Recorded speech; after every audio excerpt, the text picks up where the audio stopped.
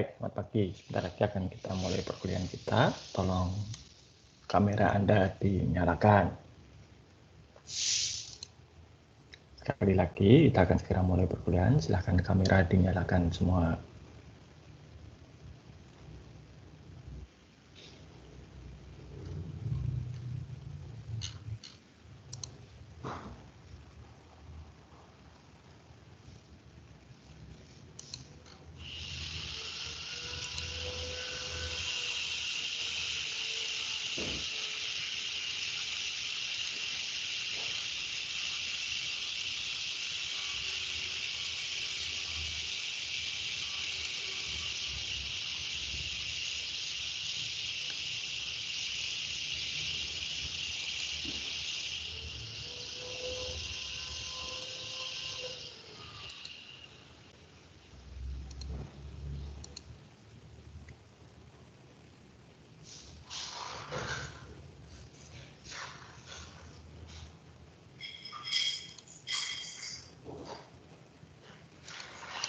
Baik, terima kasih sudah menyalakan kamera.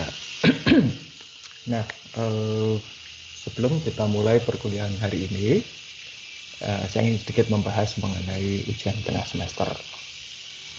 Sepertinya ada kesalahan pemahaman gitu ya dalam membaca soal, terutama pada bagian akhir, yaitu ketika saya bertanya mengenai apakah itu akan mengubah harga jual. Sebagian besar dari Anda itu mengartikan harga jual itu adalah harga jual kembali, artinya barang bekas. Padahal yang saya maksud itu harga jual adalah harga jual ketika barangnya baru. Ya, kalau saya jadi ini gunanya belajar bahasa Indonesia itu ya. Jadi kalau saya mengatakan harga jual kembali, nah itu berarti harga jual barang bekas. Tapi yang saya maksudkan harga jual itu adalah ketika masih baru. Ya, jadi itu sehingga banyak yang tidak bisa menangkap apa yang saya maksud ini. Oke, tidak apa-apa. Maka kemudian saya menilai berdasarkan asumsi bahwa Anda sekalian itu tidak menangkap apa yang saya maksud. Maka kalau misalnya yang dimaksud harga jual itu adalah harga jual kembali, ya saya perbolehkan. Nah, berikutnya masalah yang terjadi berikutnya adalah Anda, dan ini agak mengagetkan untuk saya, itu tidak bisa membedakan antara fitur dengan aplikasi. Kalau aplikasi itu ya tinggal diinstal, Anda bisa misalnya aplikasi untuk rekaman suara, aplikasi untuk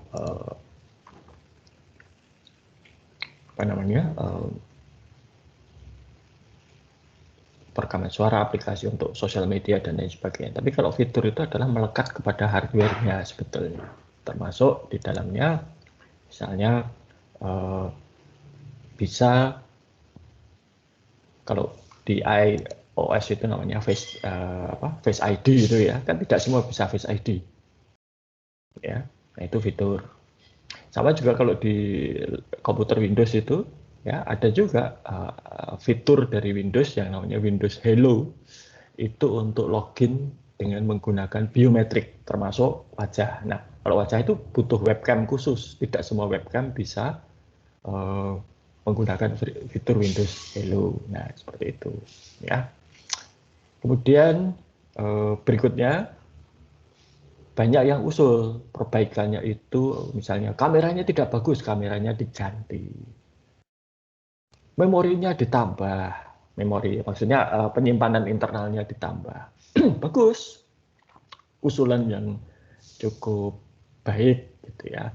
Tapi ada beberapa masalah yang saya jumpai, ini umum ya, tidak merujuk pada satu orang tertentu. Pertama, ketika ditanya harganya, itu tidak memberikan rujukan, tahu harganya dari mana. Hanya ngomong sekian ratus ribu, sekian juta, tapi dari mana itu harganya? Kok bisa? Dan harganya beda-beda tiap orang, gitu kan? Nah, ini perlu kalau kalian nanti itu berbisnis ya perlu ada referensi harga itu dari mana, gitu ya. Mungkin kalau kalian tawar menawar itu kan ada yang mengatakan pasarannya sekian. Nah, pasaran itu berarti harga rata-rata di pasar sekian itu. Nah ini harus ada referensinya, itu pertama. Dan tidak banyak yang ada 1-2 gitu yang memberikan referensi. Yang kemudian berikutnya itu adalah yang tidak, ini sebagian besar ya, bahkan seingat saya itu semuanya membuat kesalahan yang sama. Kalau kalian itu mengganti hardware, satu, sistem operasinya harus diganti. Ya, karena sistem operasi yang tertanam di dalam handset itu kan dirancang untuk semua hardware yang ada di situ. Kedua, kalian tidak memperhitungkan ruang di dalam gadget kalian, smartphone kalian. Ruangannya kan terbatas. Ya, kenapa dulu para perancang smartphone kalian itu merancang seperti itu? Ya karena dengan komponen internal di dalam seperti itu. Kalau itu diubah salah satu komponen internalnya, berarti rancangan secara keseluruhan berubah. Layout komponennya juga akan berubah. Nah ini tidak banyak disadari. Pikirnya seperti desktop PC gitu ya, cabut cardnya, ganti yang baru. Ya tidak bisa seperti itu. Tantangannya kalau kita membuat perangkat smartphone yang kecil itu adalah keterbatasan ruang. Dan layoutnya itu harus benar-benar terpikirkan. Kemudian juga ada usul misalnya ganti baterai jadi lebih besar. Oke, ganti baterai lebih besar bagus. Tapi sirkuit untuk menggunakan baterai maupun juga sirkuit untuk meregulasi listrik di dalam smartphone itu tuh dirancang untuk baterai yang asli. Misalnya baterainya 2500 mAh. Ya sirkuitnya itu dirancang 2500 mAh. Kalau kalian perbesar menjadi 5000 misalnya 2 kali lipat, sirkuitnya nggak tahan. Dan pasti akan rusak. Mau tahu dampaknya kalau sirkuit dan baterainya tidak sesuai itu apa? Itu yang terjadi pada Galaxy Note 7. Di mana ketika dicas bisa terbakar dan meledak. Nah, itu. Jadi kalau kalian itu nanti merancang satu produk, ya, kalian harus berpikir di luar komponen-komponen itu saja. Kalian harus berpikir bahwa itu satu sistem, dan satu sistem itu artinya apa? Satu subbagian akan mempengaruhi subbagian yang lain dan akan mempengaruhi sistem secara keseluruhan. Berpikirnya secara komprehensif. Ya. Saya tuh saat ini sedang dirawat karena saya batuk. Bukan COVID ya. Karena saya sudah 3 kali di swab negatif terus. Saya batuk itu karena alergi. Bukan alergi. Sorry, dokternya tidak. Tahu nggak obat batuk yang diberikan kepada saya itu bukan obat batuk. Salah satu obat yang diberikan pada saya itu adalah obat pengatur asam lambung. Kenapa? Karena asam lambung saya tinggi. Begitu tinggi asam lambung itu naik sampai ke kerongkongan dan mencapai tenggorokan, mengiritasi tenggorokan, dan itu yang menyebabkan batuk. Nah, jadi Anda bisa lihat, itu yang namanya berpikir secara sistem, bahwa lambung yang tidak ada hubungannya dengan sistem pernafasan ternyata bisa mempengaruhi. Lalu juga Anda lihat berbagai kasus COVID yang ada sekarang. Orang-orang yang meninggal karena COVID itu sebagian besar justru bukan karena COVID-nya, tapi karena komorbidnya, penyakit bawaan. Ada yang meninggal karena serangan jantung. Apakah virus COVID itu menyerang jantung? Tidak. Ada yang meninggal karena gagal ginjal. Apakah virus COVID itu menyerang ginjal? Tidak. Virus COVID itu menyerang saluran pernafasan. Titik. Tetapi karena pernafasannya terganggu, suplai oksigen ke berbagai organ tubuh kita terganggu. Dan kalau organ tubuh kita itu sedang tidak sehat, entah jantung, entah ginjal, entah lever, kalau tidak dapat suplai oksigen, kondisinya akan semakin memburuk. Dan itu bisa menyebabkan kematian. Itu cara berpikir sistem itu seperti itu. Nah, sama juga smartphone diganti prosesornya, bisa nggak? Ya mungkin bisa, tapi berarti semua komponen yang lain juga harus disesuaikan. Tidak bisa langsung cabut tancap begitu saja. Itu ya, itu secara umum hasil koreksi saya terhadap jawaban-jawaban ujian tengah semester Anda. Dan nanti kalau Anda itu ke industri ya, bekerja, ya itulah yang dihadapi. Semua itu serba terbatas dan semua serba saling terkait. Perbaiki satu, yang lainnya rusak. Yang lain rusak akan menyebabkan kerusakan yang lain lagi. Jadi segala sesuatu itu saling terkait. Ya, tidak bisa kita menempatkan atau merancang sesuatu itu dalam situasi yang vakum. Gitu ya. Artinya tidak terpengaruh, nggak bisa. Ya, itu. Nah, saya sudah masukkan nilainya ke sistem. Saya nggak tahu nanti muncul di siapa atau tidak, silakan dicek. Karena kemarin saya ada sedikit error gitu ya. Tapi sudah.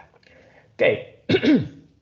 Nah, kemudian saya sudah berjanji di paruh kedua semester kita ini kita akan ada tugas besar untuk Anda, yaitu mengenai desain produk.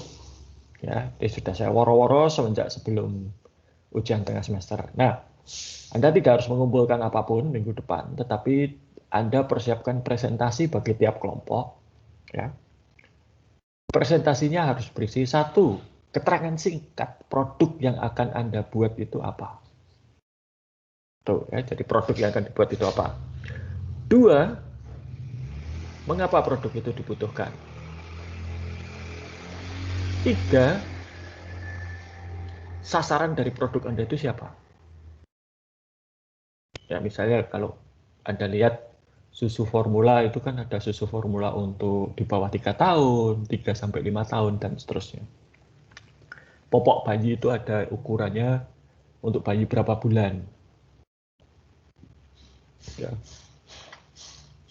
Dan seterusnya. Nah, silahkan nanti Anda buat ya 3 hal itu saja. 1, produknya apa secara singkat. 2, mengapa produk itu dibutuhkan.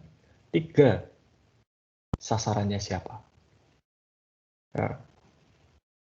Produknya boleh berupa barang, boleh berupa jasa, boleh kalau juga berupa aplikasi atau sistem. Ya, terserah. Saya harapkan produknya itu terkait dengan disiplin Anda, yaitu sistem informasi. Silakan nanti dibahas dalam kelompok, minggu depan dipresentasikan. Tiap kelompok harus presentasi. Ya. Sampai di sini ada pertanyaan mengenai tugas kelompok setelah ujian tengah semester. Ada yang belum jelas, ada yang perlu diklarifikasi.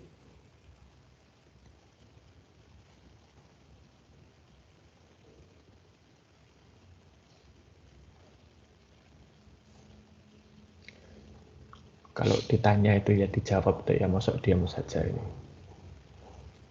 Ada yang perlu diklarifikasikan atau sudah jelas? Sudah, Pak.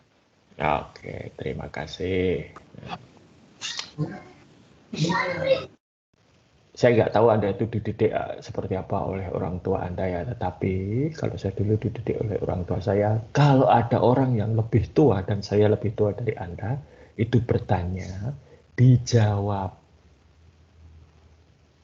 Itu sopan santun. Ya. Kalian mungkin tidak terlalu berpikir sopan santun itu penting, tetapi di banyak tempat sopan santun itu penting. Saya tidak menyuruh Anda untuk menyembah saya, kemudian juga menghormat, tetapi kalau saya bertanya ya dijawab. Ya. Oke, hari ini kita akan bicara mengenai standar. Ya, saya share dulu presentasinya. Oke, kelihatan ini? Kelihatan, Pak. Oke, bagus. Baik, Kelihatan, Pak. terima kasih. Ya, standar itu apa? Anda mungkin sudah pernah melihat ada yang paling sering dilihat SNI.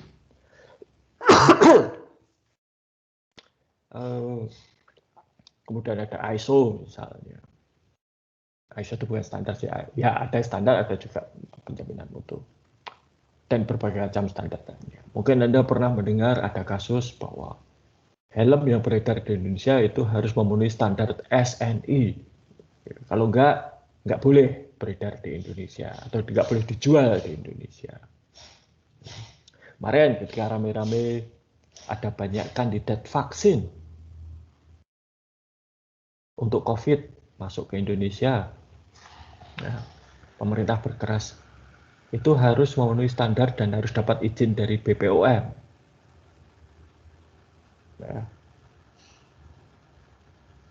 Nah, itu kembali merujuk kepada standar. Kemarin ketika kasus ada, kalau Anda baca di media massa mengenai vaksin Nusantara yang dikembangkan oleh Dr. Terawan, itu juga ditentang karena menurut BPOM dan menurut Kementerian Kesehatan tidak memenuhi standar. Jadi pengembangan vaksin tersebut izinnya tidak diberikan. Nah, standar ini kita akan bicarakan hari ini. Dalam sejarah, ya, kalau kita melihat ke perkembangan bisnis di bidang teknologi, ada banyak sekali standar yang muncul.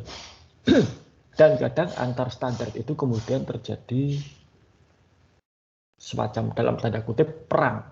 Itu ya. Mana yang lebih unggul, mana yang lebih baik. Sorry. Oke. Ini beberapa yang dalam sepanjang sejarah pernah muncul. Dulu, sebelum zamannya streaming ya, untuk konten digital, terutama film dan musik yang berdefinisi tinggi, high definition, itu ada dua standar cakram yang berperang, ya, yaitu HD DVD dan Blu-ray. Yang menang kemudian adalah Blu-ray. Anda kan sekarang tidak melihat kan ada HD DVD, tapi kalau Blu-ray masih ada, dan Blu-ray ini kalah oleh streaming. HD DVD ini dulu disupport oleh perusahaan-perusahaan besar. Microsoft misalnya itu adalah HD DVD dulu. Xbox-nya Microsoft itu drive-nya adalah HD DVD. Blu-ray itu didukung oleh perusahaan besar, salah satunya adalah Sony. Jadi dulu ketika perang Xbox melawan PlayStation, ya, Xbox itu pakai HD DVD drive, PlayStation menggunakan Blu-ray drive. Yang menang kemudian adalah Blu-ray. GSM dan CDMA. Dulu kalau saya nggak tahu Anda masih sudah dewasa atau belum, dulu di Indonesia itu ada dua standar ini. GSM itu ya seperti kita kenal sekarang, ada Telkomsel, ada XL Axiata, ada Indosat Ooredoo, ya. CDMA itu dulu ada namanya Telkomplexi. Ada dulu Smart itu pakai CDMA, tapi pelan-pelan CDMA hilang. Kalau di internasional GSM itu dipakai kebanyakan di Eropa. CDMA itu dipakai di Amerika Serikat. Oke. Dan ini saya yakin Anda sebagian besar tidak mengalami. Video, kaset video, dulu itu ada dua format, Betamax dan VHS. Ya. Yang menang kemudian adalah VHS. VHS itu kasetnya lebih panjang daripada Betamax. Dan ini tegangan listrik 110 dan 220 atau 230. Amerika Serikat itu masih menggunakan 110 volt. Tapi sebagian besar dunia menggunakan 220 volt atau 230 volt, termasuk Indonesia. Ketika saya dulu masih kecil sampai sekitar kelas 5 SD, ya, rumah saya itu masih menggunakan listrik 110 volt. Jadi dulu itu ada dua sistem listrik, tegangan 110 dan 220. Ya. Dan satu hari PLN memutuskan yang 110 dihentikan. Wah, listrik di rumah saya mati, diputus oleh PLN, ya, semena-mena gitu. Saya ingat betul ayah saya dan kami keluarga lah itu kemudian sibuk. Semua perangkat listrik harus diubah dari 110 ke 220. Ya, lampu diganti semua. Televisi harus panggil tukang untuk menyesuaikan. Yang terakhir itu adalah lemari es, tidak bisa diubah dari 110 ke 220. Lalu ayah saya membelikan trafo step down untuk menyesuaikan. Kemudian coding video ada NTSC, ada PAL, ya. Zaman dulu untuk spreadsheet, ya, spreadsheet itu adalah aplikasi yang dianggap sebagai killer application. Itu yang kalau sekarang killer aplikasinya adalah sosial media. Kalau zaman komputer personal muncul itu adalah spreadsheet. Spreadsheet itu yang memungkinkan bisnis kecil menggunakan komputer personal untuk mengolah data keuangan. Dulu yang paling terkenal itu adalah namanya Lotus 123. Dan muncul Microsoft Excel. Dan sekarang jaya Excel sampai kebanyakan perusahaan besar itu tidak beralih ke solusi Office open source. Karena apa? Microsoft Excel-nya ini. Kalau word processor, MS Word diganti dengan LibreOffice juga nggak masalah. Tapi Microsoft Excel ini yang tidak tergantikan, termasuk juga untuk pengolahan data. Dan radio AM, FM. Dulu zaman saya kecil ada radio itu ada 2 band gitu ya, 2 AM dan FM. FM itu lebih jernih, tapi AM itu daya jangkaunya lebih jauh. Ya. Dulu radio AM itu dari Jogja bisa sampai ke Purworejo, sampai ke Kebumen gitu ya. Lalu yang dulu terakhir sebelum masa kita sekarang itu adalah yang namanya 4th generation mobile phone. Itu dulu ada 2 standar, LTE dan WiMAX. WiMAX ini sempat muncul ya, di Jakarta, ya, namanya Citra WiMAX dulu, ya, tapi kemudian kalah oleh 4G LTE. Kenapa kok kalah? Karena kalau untuk menyelenggarakan layanan WiMAX itu operator telepon seluler harus ganti pemancar semua BTS-nya harus diganti. Sedangkan LTE, 4G LTE itu hanya add-in. Jadi tinggal nambah 1 pemancar 4G LTE di BTS selesai masalah. Tapi kalau WiMAX itu semua harus diganti. Itu yang kemudian menyebabkan yang dominan di dunia sekarang itu adalah 4G LTE, bukan WiMAX. Padahal WiMAX dan 4G LTE ya tidak secara teknis tidak kalah, ya tidak jauh berbeda. Nah ini adalah standar, ya, perang standar. Oke, jadi apa itu standar? Standar itu adalah satu norma atau persyaratan yang biasanya berupa satu dokumen formal yang menciptakan kriteria, metode, proses, dan praktik rekayasa atau teknis yang seragam. Jadi misalnya apa yang disebut sebagai helm SNI, itu ada kriterianya, ada prosesnya, ada metodenya, bahannya harus dari apa, ketebalannya minimal berapa, mampu menahan benturan berapa kilo, dan seterusnya. Desainnya juga tertentu, ya, harus menutup apa, ya, bagian kepala yang mana itu ada. Satu standar dapat pula berupa satu artefak atau perangkat formal lain untuk kalibrasi. Jadi contoh kalibrasi itu adalah yang namanya 1 kilogram itu yang seperti apa, yang namanya 1 meter itu yang seperti apa, itu ada standarnya dan itu bisa dikalibrasi. Kalau kalian pernah belajar dulu di sekolah, entah SD, SMP atau SMA mengenai fisika, gitu ya, mungkin tahu standar ukuran seperti 1 meter itu berapa kali panjang gelombang apa, gitu ya. 1 kilogram itu berapa apa standarnya, itu semua ada standarnya. Dan kalau kita melihat ke semua penggaris, semua meteran, semua timbangan itu merujuk kepada standar yang sama karena sudah ada artefaknya. Satu standar primer biasanya berada dalam jurisdiksi satu badan standarisasi nasional. Ya tadi seperti SNI tadi. Jadi ada helm SNI dan lain-lain yang SNI. Ya. Standar sekunder, tersier, cek serta bahan standar biasanya digunakan sebagai rujukan dalam sistem metrologi. Jadi untuk pengukuran, tadi bisa berapa meter, berapa liter, dan seterusnya. Nah, kadang tidak ada standar yang diumumkan secara resmi, tetapi kemudian standar ini diterima oleh umum karena sifatnya dominan, sering disebut sebagai standar de facto. Kalau kalian melihat bahasa untuk memanipulasi database SQL, Structure Query Language, itu aslinya dulu adalah standar de facto. SQL itu dulu dikembangkan oleh IBM. Tetapi yang membuat bahasa SQL itu menjadi produk komersial itu adalah Oracle. Nah, selama bertahun-tahun SQL itu menjadi bahasa de facto, standar de facto untuk manipulasi database. Sampai kemudian itu diangkat menjadi standar oleh Badan Standar Amerika Serikat, yaitu ANSI, ya SNI-nya Indonesia. Gitu ya. Nah, bagaimana standar itu dikembangkan? Standar dapat dikembangkan dengan cara sendiri-sendiri atau unilateral. Ya. Misalnya, sekarang standar yang digunakan untuk komunikasi internet HTTP. Ya. HTTP yang selama ini kita gunakan dominan itu adalah versi 1.1.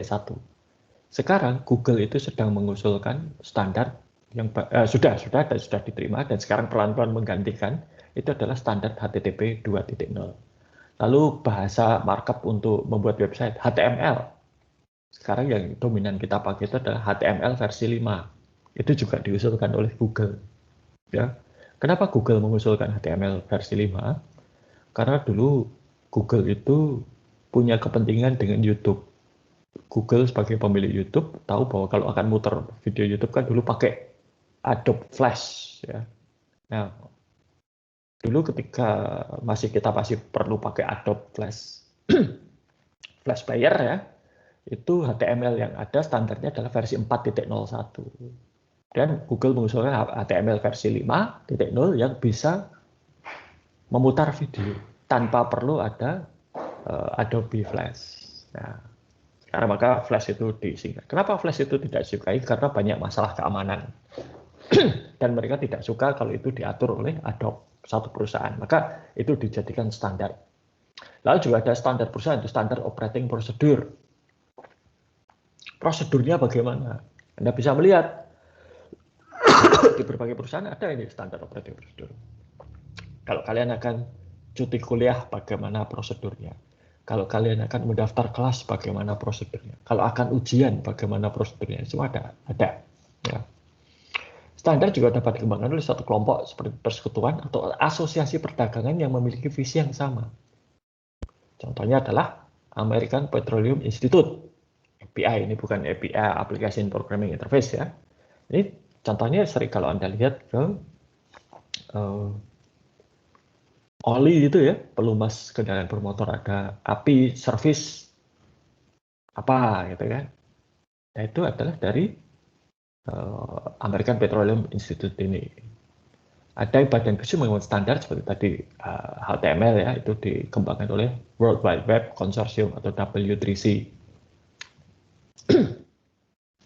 Tiap negara itu biasanya punya sendiri badan standarisasi dan mereka biasanya mengadopsi standar-standar yang berlaku secara internasional. SNI itu juga banyak melakukan itu. Standar-standar ini dapat menjadi satu keharusan jika diadopsi oleh satu pemerintah untuk kontrak bisnis misalnya. Tadi seperti helm yang dijual di Indonesia harus memenuhi standar SNI. Obat yang dijual di Indonesia harus memenuhi standar dari BPOM. Itu semua ada standarnya. Proses standarisasi dapat melalui satu pengumuman resmi atau dapat pula melibatkan konsensus formal dari pakar. Jadi proses membuat standar itu biasanya draftnya itu diusulkan ke badan standar ini dan dibahas bersama-sama oleh semua anggota dan kalau disepakati jadilah standar yang berlaku secara umum. Saat ini yang sedang mulai berlaku, yang sudah barusan satu tertutupan diumum itu adalah WiFi versi 6. Dulu Wi-Fi-nya itu versi 5, ya sekarang versi 6 itu sudah lebih sudah menjadi standar dan akan menjadi nanti ke depannya semua perangkat itu akan mengadopsi itu. Nah, untuk apa standar ini? Tujuan standar itu adalah pengembangan manufaktur dan pemasaran produk jasa itu lebih efisien, lebih aman, dan lebih bersih. Misalnya, SNI tadi. Kenapa helm yang beredar di Indonesia, yang dijual di Indonesia, diproduksi harus memenuhi SNI? Karena ada standar keamanannya. Sorry. SNI itu helmnya ada kriterianya, harus mampu menahan benturan sekian kilometer, harus menutup bagian apa saja. Karena maksudnya untuk melindungi kepala kita. Jadi kalau helm yang kita pakai itu sudah memenuhi standar SNI dan ya amit-amit kita jatuh misalnya atau kecelakaan, itu bagian kepala kita itu terlindungi. Kalau helmnya tidak sesuai standar SNI, lebih rapuh misalnya, itu berarti kepala kita tidak terlindungi. Ya.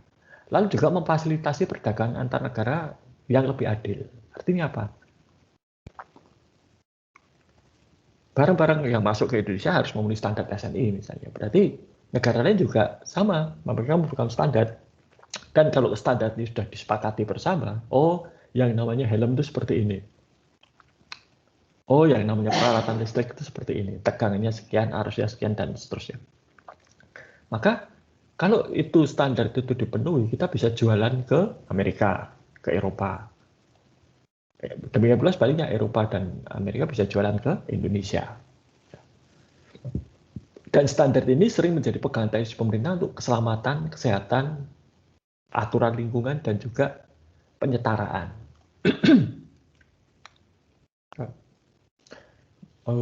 Dulu ketika saya pulang dari studi lanjut, gitu ya, saya harus melakukan proses namanya penyetaraan ijazah. Ya, saya dulu waktu itu bingung, kenapa ijazah saya harus disetarakan? Disetarakan artinya kan dibuat setara. Gitu. Apakah ijazah saya, karena saya merasa bahwa universitas saya itu dulu untuk studi lanjut lebih baik daripada yang di Indonesia, apakah itu harus diturunkan, disetarakan dengan di Indonesia? Ternyata tidak. Yang dimaksud disetarakan itu sebenarnya adalah pemerintah mau ngecek universitas tempat kita belajar di luar negeri itu universitas beneran atau tidak. Karena ternyata, ini terutama terjadi di Amerika Serikat dan banyak negara Eropa, itu universitasnya itu bukan universitas, ya namanya saja universitas, tapi McDonald itu punya universitas namanya Hamburger University, tapi itu bukan universitas, itu adalah pusat pelatihannya McDonald. Jadi kalau kalian kuliah di Hamburger University, nggak bisa menjadi sarjana hamburger, itu nggak bisa. Dan itu tidak diakui di luar McDonald. Nah, hal seperti ini itu yang digunakan untuk melindungi konsumen sebetulnya. Ya. Berbagai kemajuan teknologi dan praktik manajemen yang baik. Jadi kalau misalnya seperti cara membuat helm SNI, nah itu kan berarti cara membuat produk yang baik itu seperti ini. BPOM itu juga punya cara produksi obat yang baik. Itu seperti apa? Supaya obatnya itu bisa membantu konsumen untuk menjadi sehat, tidak malah sakit karena minum obat, tidak karena keracunan dan lain sebagainya. Memencarkan jadi menyebarkan, menyempurnakan dan mempercepat waktu produk masuk pasar serta jasa berada inovasi. Jadi ada temuan baru seperti misalnya Wi-Fi 6, ya, HTML5 tadi itu supaya ketika itu dijadikan standar semua bisa mengikuti sehingga seluruh dunia itu secara internasional bisa menggunakan standar yang sama. Coba kalau HTML5 itu tidak menjadi standar, kita tidak bisa menikmati YouTube seperti sekarang. Kalau HTML5 tidak menjadi standar, kita harus terus pasang Adobe Flash setiap kali kita akan nonton streaming video. Berkat HTML versi 5 itulah jasa-jasa streaming seperti Spotify, Netflix itu bisa berjalan tanpa perlu ada add-in. Menjaga konsumen dan pemakai secara umum, khususnya menyangkut produk dan jasa. Jadi kalau misalnya Anda beli dan menggunakan helm SNI, Anda beli semua perangkat listrik yang sudah tersertifikasi SNI, Anda yakin bahwa produknya aman untuk digunakan. Membuat hidup lebih nyaman dan visualnya karena pemecahan atas masalah bersama seperti tadi misalnya. Kalau beli lampu ini kira-kira akan korslet nggak ya, membahayakan membuat kebakaran listrik atau enggak. Nah itu kalau kita menggunakan peralatan listrik yang sudah standar SNI itu aman sampai batas tertentu kan. Oke. Nah bentuk standar itu apa saja? Standar dapat berupa standar fisik yang dapat diukur dan dihitung, atau standar intelektual yang sifatnya kualitatif. Ya, contoh standar itu standar ukuran. Misalnya kertas A4 itu ukurannya bagaimana? Kertas A3 itu ukurannya bagaimana? Anda bisa tahu itu. Sehingga A4 di Indonesia, A4 di Amerika, A4 di Eropa itu sama. Nah, kalau Anda, makanya kalau printer itu kan semua sekarang standarnya pakai kertas A4 ya. Kita semua tahu kalau A4 itu seperti itu. Ya. Standar kualitas. Ya, bisa yang 80 gram, 70 gram itu kita semua tahu.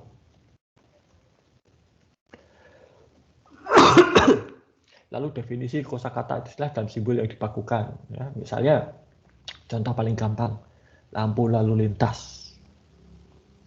Kalau Anda pernah ke berbagai negara, lampu lalu lintas di semua negara sama. Merah berhenti, kuning siap-siap, entah siap berhenti atau siap jalan, dan hijau. Semua sama. Ya, standar. Anda kemanapun ya seperti itu. Ya. Metode atau prosedur yang dibakukan, misalnya peraturan baku guna menangani gawe khusus standar kepanduan untuk penyusunan tesaurus. Tadi prosedur pembuatan obat atau proses pembuatan obat yang baik sehingga obat yang dihasilkan itu bermanfaat, tidak malah menjadi racun bagi peminumnya. Ya. Lalu juga ada standar misalnya air minum, yang disebut air minum itu standarnya seperti apa dan seterusnya. Nah, standar itu harus ada syaratnya. Satu, berwibawa, artinya dipercaya dalam bentuk isi dan sumbernya. Saya bisa saja mengatakan, ini standarnya Samiaji, tapi nggak ada yang akan percaya pada saya. Tapi kalau pemerintah menggunakan SNI, ya, semua perusahaan yang akan beroperasi di Indonesia harus mematuhi SNI ini. Dulu pernah ada ketika helm itu SNI, ya, ada yang dengan arogan mengatakan, kalau helm saya itu Arai atau apa itu ya biasa dipakai para pembalap di sirkuit, itu kan lebih baik dari SNI. Apa yang nggak percaya? Nah, masalahnya bukan helm Arai atau apapun itu lebih baik daripada helm SNI atau tidak. Ya. Tapi dengan adanya SNI, itu kan standar minimal. Ya. Jadi kalau memang para produsen helm yang jauh lebih baik dari SNI dan jauh lebih mahal itu mengikuti standar SNI, ya mereka pasti akan lolos, gitu kan. Dan dengan standar SNI itu bisa dijamin bahwa helm yang dijual di Indonesia, yang Arai atau apapun itu asli, tidak palsu. Ya. Helmnya Arai, tapi kualitasnya tidak lebih baik daripada gayung plastik, ya kan, sama saja. Dapat dijadikan alat untuk mengukur jasa informasi. Misalnya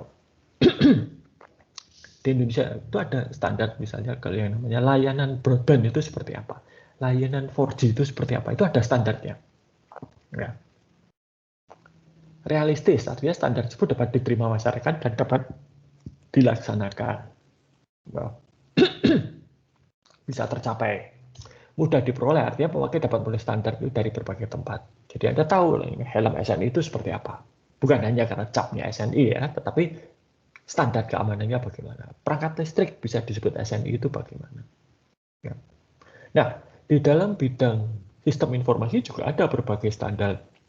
Ini dulu kakak-kakak angkatan Anda itu banyak yang skripsi mengenai keamanan cyber. Ya, salah satu yang dipakai di Indonesia itu adalah indeks kami.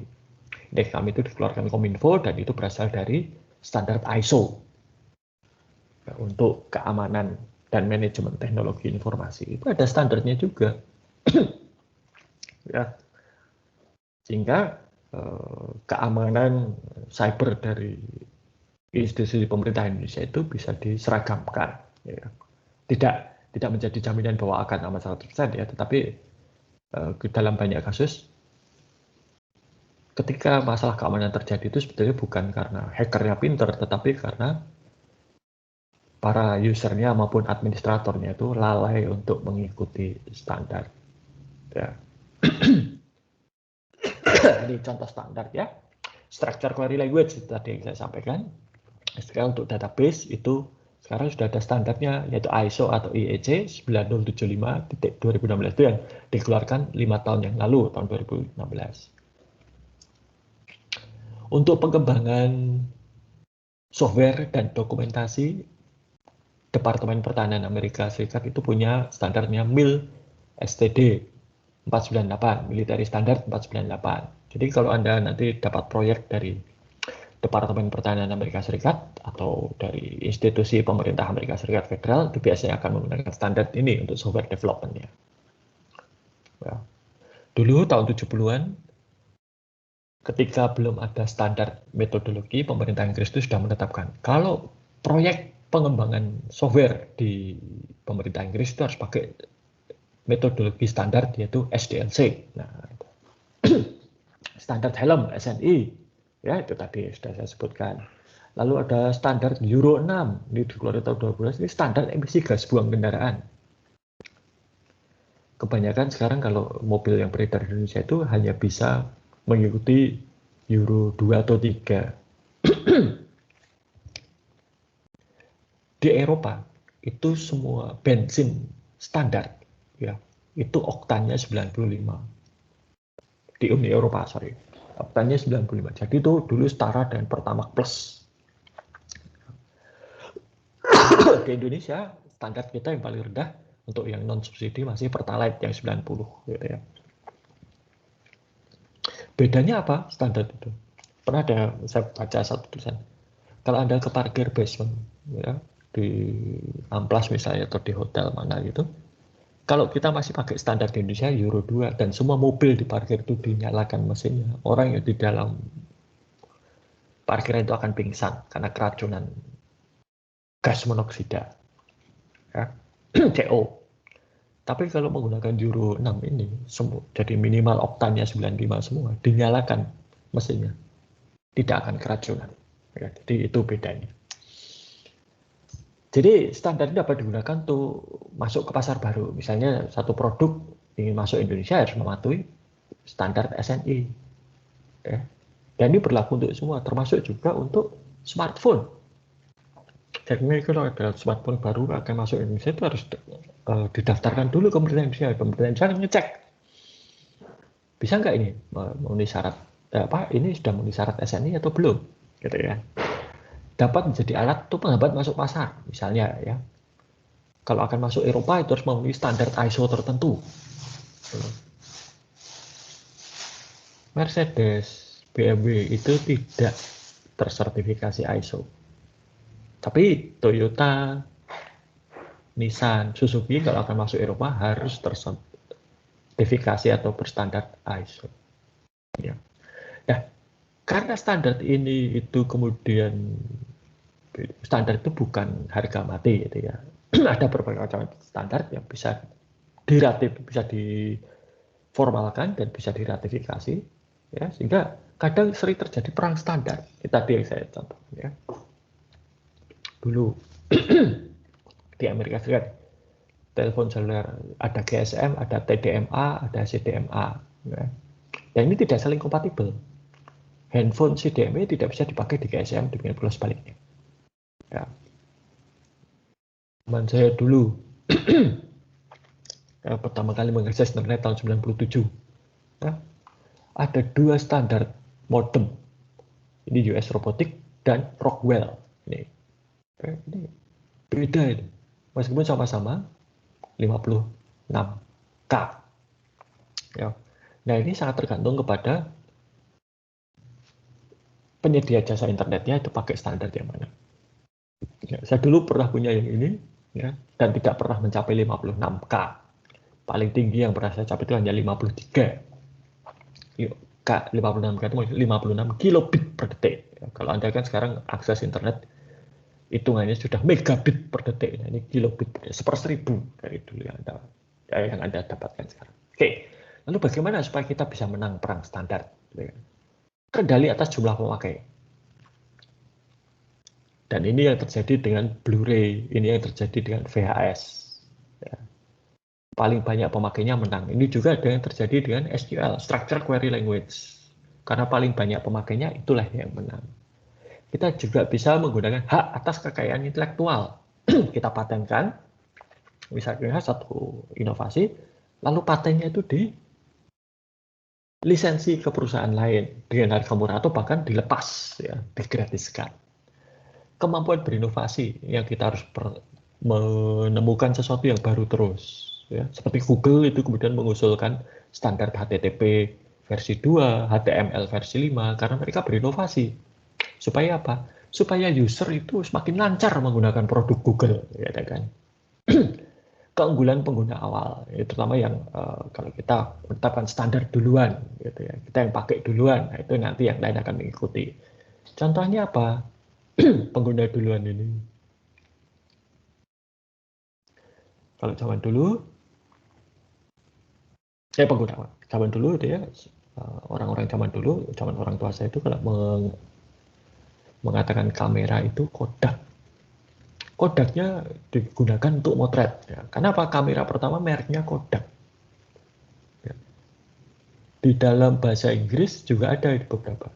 Atau kalian sekarang itu di Google saja. Gitu. Kenapa? Karena orang yang pertama kali, ya bukan pertama kali, tetapi Google itu adalah mesin pencari informasi pertama yang sangat poten, sangat bagus, gitu ya, sangat mudah digunakan dan sangat baik hasilnya. Sebelum Google sudah banyak mesin mencari, tetapi cara kerjanya tidak sama seperti Google. Nah, sekarang orang identik mengatakan kalau mesin pencari itu ya Google, di googling saja. Dalam bahasa Inggris juga sama.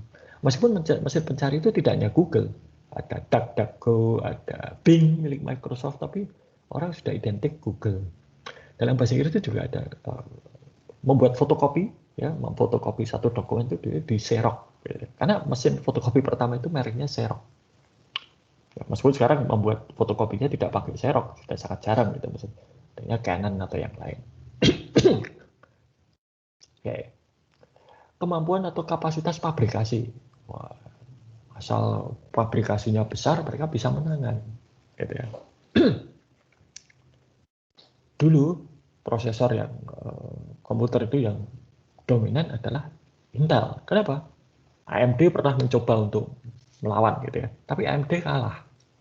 Kenapa? Karena Intel pada waktu itu punya 17 pabrik, AMD hanya 2. Nah, sekarang ini sudah tidak dominan. Kenapa? Karena pabrikasi itu sekarang sudah tidak perlu dilakukan oleh pembuat chipnya. Seperti Apple itu, pabrikasi chipnya tidak dilakukan oleh Apple sendiri, tapi oleh pihak ketiga. Nah, ini kekuatan produk pelengkap. Nah, seperti kalau contoh Apple itu ya, laptopnya MacBook Pro, nanti pakai iPhone, iPad, dan Apple Watch. Itu sudah satu lingkungan tersendiri. Lalu merek dan reputasi juga. Oh, produknya dari Microsoft itu sudah terkenal. Ini dikeluarkan oleh Google dan seterusnya. Ya. Jadi bagaimana taktik dasar perang standar itu? Pertama, kita buat dulu standar terbaru. Ya. Tentunya ini dengan syaratnya adalah orang atau konsumen mau menggunakan standar kita. Seperti Google itu mereka bisa mendikte. Kenapa? Google itu penggunanya jutaan.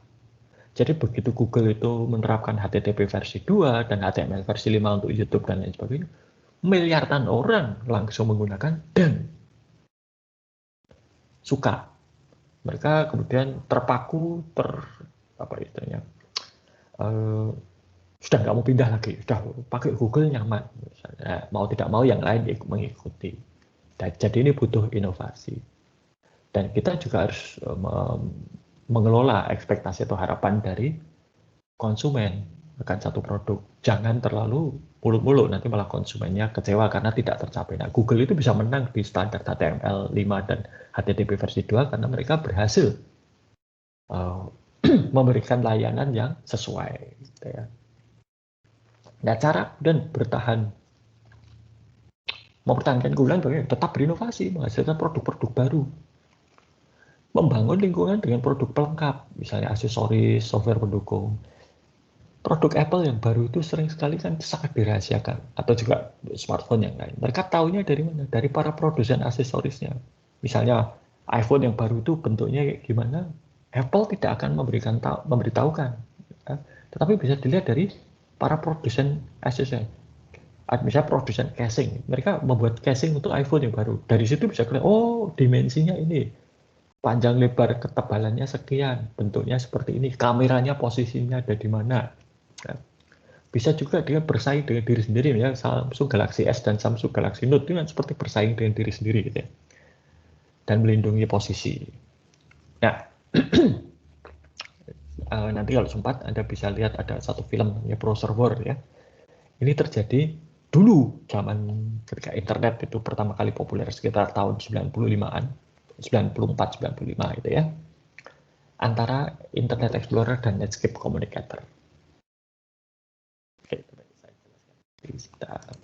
Oke, ada yang pernah pakai, ada yang pernah tahu, kalau Internet Explorer mungkin tahu ya, Internet Explorer itu sekarang ditinggalkan.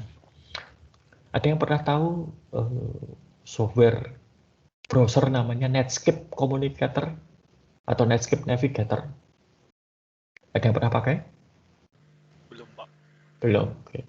Nah, jadi dulu, gini, ketika Tim Berners-Lee, penemu web, ya, World Wide Web, Sir Tim Berners-Lee itu menemukan web, itu bentuknya masih teks. Karena Tim Berners-Lee itu bukan ilmuwan computer scientist, dia itu ahli fisika. Nah, Tim Berners-Lee itu membuat web itu untuk akses dokumen. Jadi kalau ada paper fisika, tulisan fisika, itu bisa diambil gitu ya, dengan mudah melalui jaringan. Lalu kemudian ada seorang mahasiswa ilmu komputer dari Illinois, ya.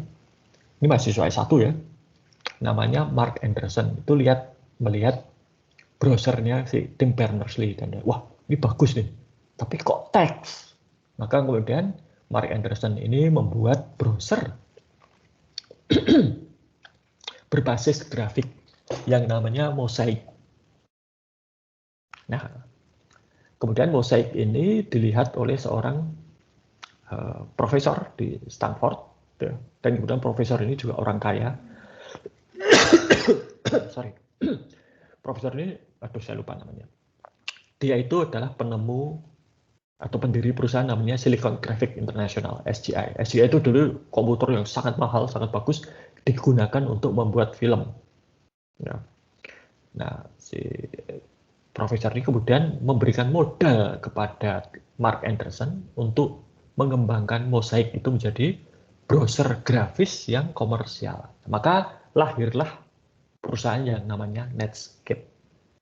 Dan Netscape ini adalah perusahaan, kalau nanti kalian lihat sejarahnya ya, nanti silahkan dilihat, itu banyak filmnya tentang itu. Netscape ini adalah tipikal startup yang saat ini sedang tren. Ya, kalau Anda lihat startup nanti, kalau Anda lihat kisahnya Google, Anda lihat kisahnya Facebook, ya. Nah, Netscape ini adalah pelopor startup seperti itu. Dapat modal jutaan, gitu ya. Nah, itu si profesor tuh nyumbang $2 juta. 5 juta dolar atau 2 juta? 5 juta dolar. Ya. Netscape berdiri, produknya diluncurkan, pada waktu itu bayar ya. Untuk dapat browser itu bayar, laris. Saking larisnya, kemudian Netscape ini masuk pasar modal. Pada waktu itu, raksasa software di dunia itu adalah Microsoft. Sorry. Dan Microsoft ini pada waktu itu, Bill Gates itu kesalahan nomor satunya adalah tidak memperhatikan internet. Ya. Lalu, apa yang terjadi? Microsoft itu punya jaringan sendiri, namanya Microsoft Network (MSN). Itu terpisah dari internet. Bisa nyambung ke internet, tapi itu terpisah dari internet. Kayak jaringan intranet gitulah, tetapi untuk para pengguna Microsoft. Dan ketika Netscape ini laris, Bill Gates melihat lalu,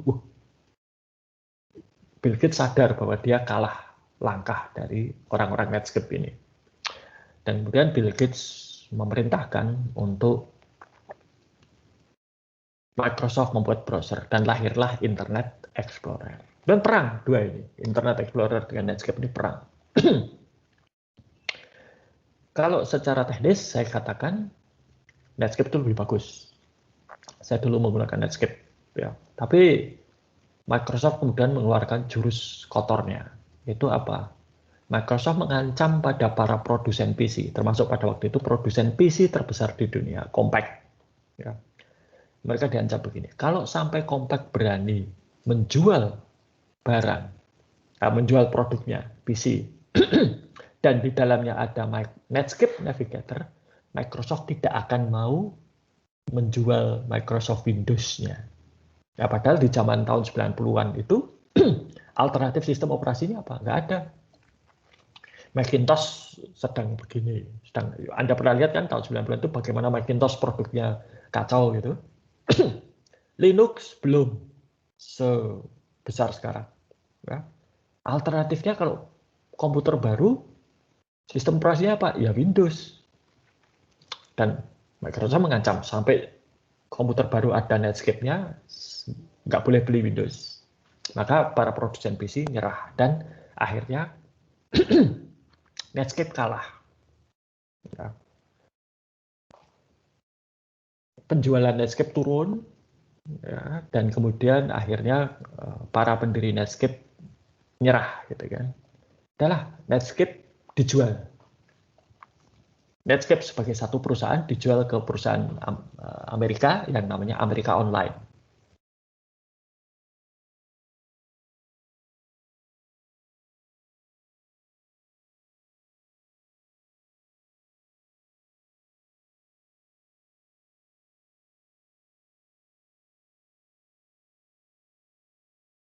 Dia tidak berhenti sampai di situ. Ya.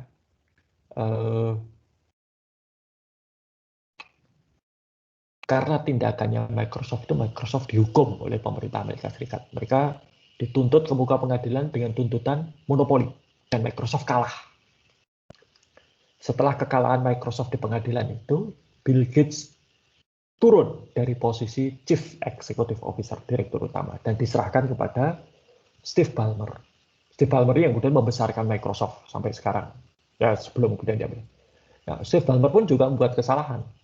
Kesalahannya Steve Ballmer adalah apa? Tidak melirik ke mobile. Ya, itu diakui. Oke. Itu yang pertama. Kemudian sebelum Netscape itu dijual ke Amerika Online, softwarenya Netscape Navigator itu dihibahkan ke satu yayasan non-profit. Dan yayasannya kemudian meneruskan pengembangan Netscape. Nah, kalau kalian ingin lihat anak cucunya Netscape itu apa, itu yayasan itu namanya adalah Yayasan Mozilla atau Mozilla Foundation, dan produknya adalah Firefox. Nah, kalau Anda pakai Firefox, itu adalah keturunannya dari Netscape tadi. Karena kode asli Netscape itu yang kemudian menjadi dasar dari Mozilla Firefox. Oke. Lalu bagaimana dengan para pendiri Netscape? Oh, tenang, mereka kaya raya. Profesor siapa itu tadi ya, yang menyumbangkan modal awal 5 juta rupiah? Kok 5 juta? 5 juta dolar. Banyak ya, 5 juta dolar. Ketika Netscape itu dijual, si profesor ini dapat jatahnya dari hasil penjualan itu hampir 2 miliar dolar. Saking kayanya dia tuh sampai kemudian menyumbangkan gedung ke Stanford. Jadi dia nyumbang bangunan ke Stanford. Lucunya gedung sumbangan si profesor ini bersebelahan dengan gedung Bill Gates yang juga sumbangannya dari Bill Gates. Oke. Lalu bagaimana dengan Mark Anderson tadi yang menemukan mosaik, menciptakan mosaik, menciptakan Netscape? Nah, Mark Anderson kaya kan? Dia menjadi yang namanya venture kapitalis, pemodal Ventura.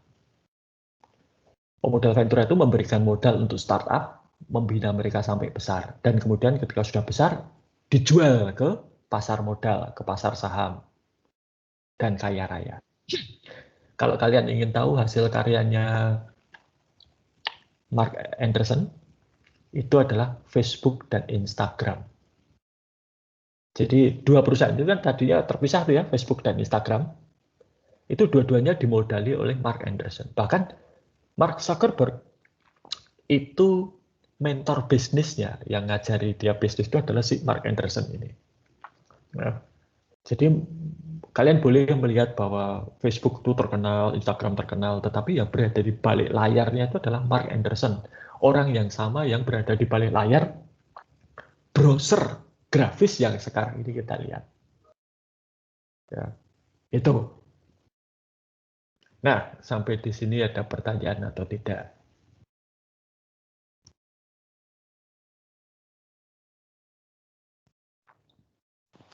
Tidak, Pak. Oke, baik. Nah, kuliah kita untuk hari ini cukup sampai di sini. Ya, ingat, minggu depan siapkan presentasi tiap kelompok mengenai produk apa yang akan kalian desain. Ya, produknya apa, mengapa pentingnya produk itu, ya, dan sasarannya siapa. Oke? Sampai jumpa minggu depan.